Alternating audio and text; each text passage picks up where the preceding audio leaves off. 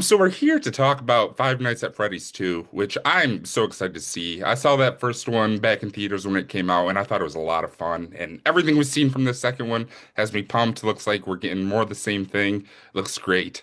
So to start, I'm wondering if there was anything about like Five Nights at Freddy's 2 that kind of really surprised you. Like when you got the call saying they wanted you to come back and you got the script for the first time and was reading through it. Was there anything that like kind of stood out? Like as you in your reaction to where they decided to take this sequel?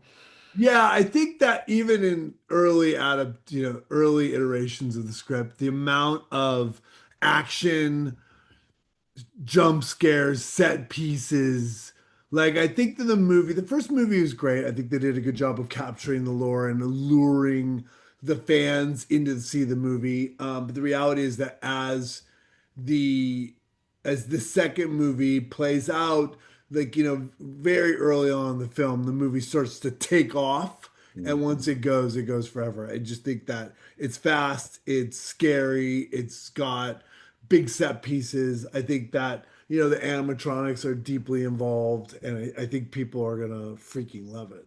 Sure, sure. You're speaking my language. It sounds amazing. And so, kind of the trailers that we've seen for this movie, they kind of give us an idea of what to expect. We know that, like, there's some more new characters coming in, some new animatronics, all of that. But we haven't really seen much, or maybe even any of your character in these trailers. And I know there's probably stuff you can't say, but can you give us, like, some idea of what we can expect to see from William in Five Nights at Freddy's 2? Yeah, I mean, I will say this, don't hold your breath to seeing a lot of William Afton.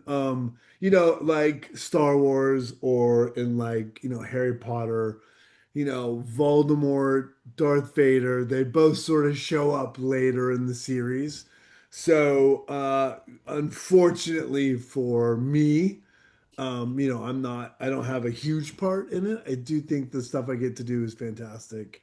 I love it, but the reality is that, our hope is that we get to do three films. That's always been the plan. And everything is dependent on how the movie does in the theaters. Like if it does well, then there's a good chance, obviously, Hollywood chases big hits. And so we're hoping for another big hit so that we can go off and make the third movie, which at the end of the day will be, more William Afton versus Mike. So we'll see how it goes. Totally, totally. I hope it happens. That sounds amazing. And kind of jumping back to that first movie, it was such an interesting case just because I feel like there were so many boxes that that movie had to check. I mean, it's a video game movie, so you gotta like appease fans of the video games. It's a horror movie, so people are like expecting something scary, but it's also not like a Lars von Trier horror movie. Like it's comedic, there's humor in it, like it's a fun time. So I'm kind of wondering if you can tell us just a little like what to expect as far as the tone goes, going into Five Nights at Freddy's 2. Like, do you think Yeah, it's yeah. scarier than the first, or No, like is there more humor? I think that they've done, like I said, that they've added all these elements, but the reality is that, the audience is 3 years older now. And I do think that they're building, they're giving space for those kids who were young to see the first movie grow into a little more radical version of the film. Yes, in that first film, that last sequence, I kill my daughter, that's not good as a father figure. There's all kinds of things that are happening. But the reality is that this movie has a lot more jump scares. I think that it speaks more to what the game is. Mm. And I think that people will really appreciate that in the long run. Sure. No, totally. And that kind of jumps into what I wanted to ask you next, just because you've been a part of some like huge franchises in your career and in your life. I mean, Scream, Scooby-Doo, all of that. But kind of what has the Five Nights at Freddy's fan base meant to you since like kind of becoming part of this world? I mean, I know there's so many like video games and books and so much related media to it, and there's like fans all around the world. What's it kind of been like interacting with them and kind of learning this lore and culture? Yeah, I mean, the funny thing is that for me, the lore and the culture is really left to Scott and Emma, Mm. right? Early on, the first time I even talked to Scott, I was like, "You listen, I need you to tell me what you expect of me in terms of my, the depth of and breadth of the knowledge of what it is to be William Afton." And to his credit, he said, look, I'm going to send you 5 playthroughs. So you're going to watch people play through.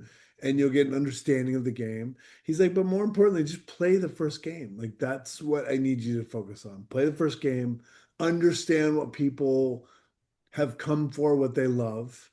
And then yeah, and then that's where you build from. Everything else is in conversations with Scott in terms of what William Afton is. And to be candid, he's given me a lot of leeway to sort of build my version of what he is. I mean, this in the new movie, there's like a great sequence, and he was like, I love what you're doing, just keep doing it. So um and there's there's so little to hold on to in these films that you're doing the things you're pulling in terms of wardrobe, the choice you're making in terms of physical, like the way there's like a sequence in this movie that is I love it. I'm really happy about it, and I think fans are gonna love it too. Um, but it's there's just not a lot of dialogue to pull from, and then hopefully look in the third movie we'll get that showdown, we'll get that final Harry Potter versus Voldemort, Luke Skywalker versus Darth Vader. That's our hope, and within that we'll get to do more and explore more, but for now we've got a long way to go. We got to get people into the theaters. Sure. No, totally. Makes total sense.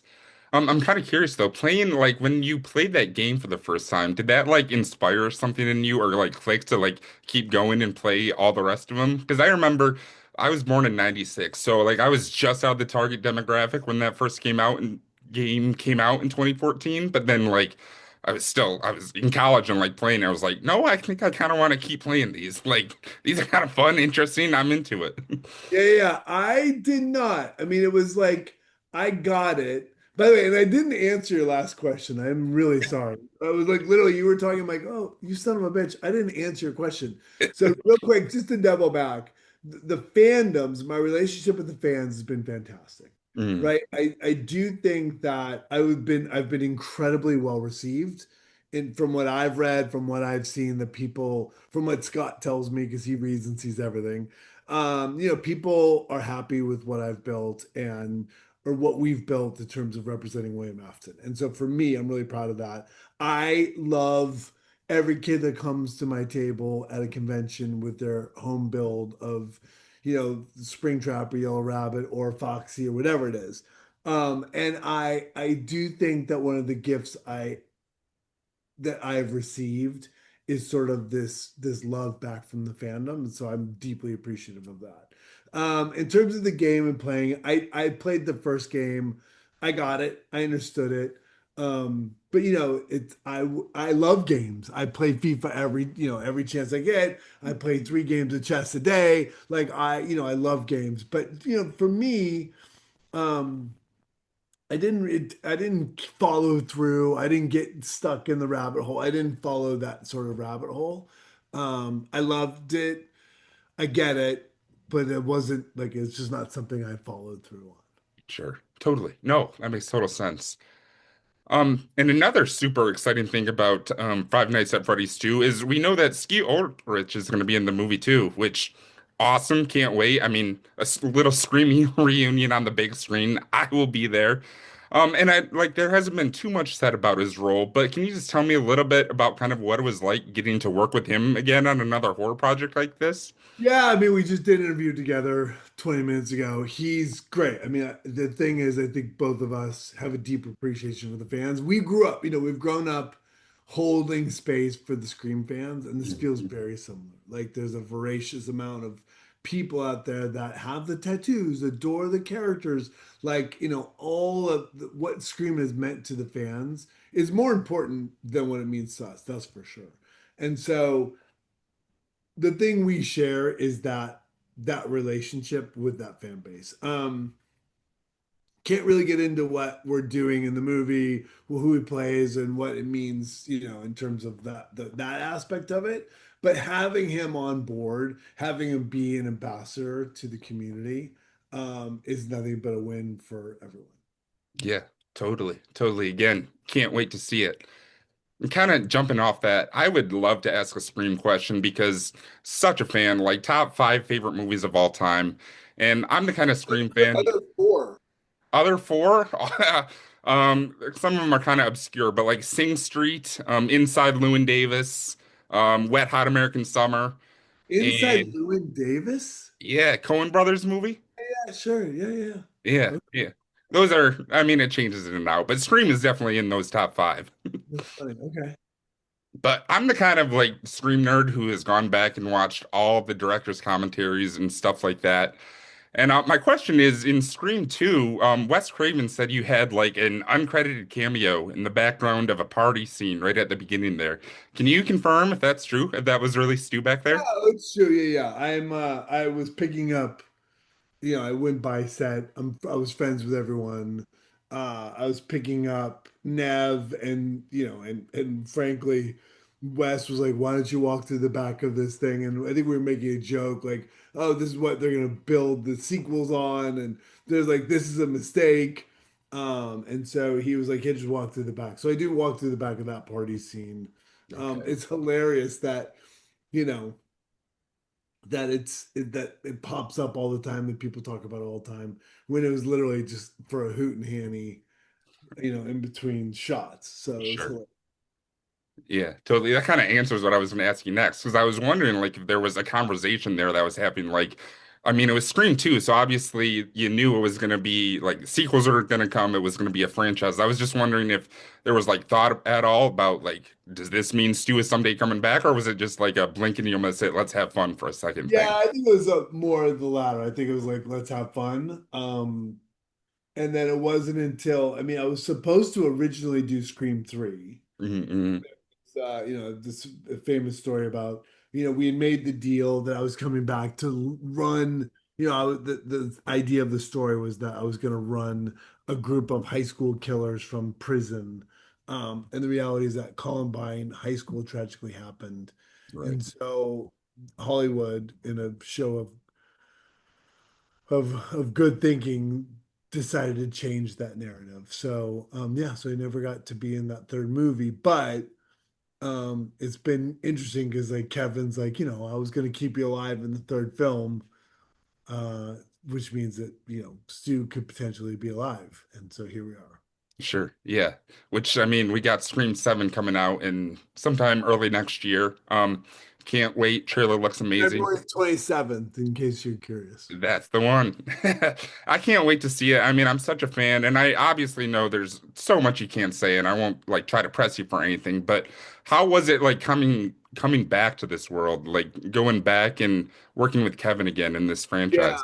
it was awesome. I mean, the reality is that I remember where I was when I got the phone call. I remember I was on the phone, I remember like in the park exactly where it happened. Picking up, seeing the phone call of Kevin Williamson. I hadn't ta- I mean, we had seen each other at a party like 3 weeks beforehand at Mike Flanagan's house. I'm like, what is he calling me for? It's so strange. And he was talking about going into doing Scream 7, and he never, even at that party, he's like, yeah, we're about to go shoot the movie. I'm going to direct it. I'm like, that's incredible. And he never mentioned anything. And so we got on the phone, and he's like, do you want to come back and play with us? And I was like, you bastard, you could have said something 3 weeks ago. So look, I'm excited. I think the movie, what I'm most excited about is I think that the movie, with Kevin involved, with Nev back, every I listen, I love the flyer guys. I thought Melissa Barrera was fantastic. Mhm. Mm. But I'm excited to sort of see where this new iteration of Scream goes. And I'm excited. The movie's testing to the roof. I think people are going to love it. I think the fans are going to lose their minds. So it's very fun.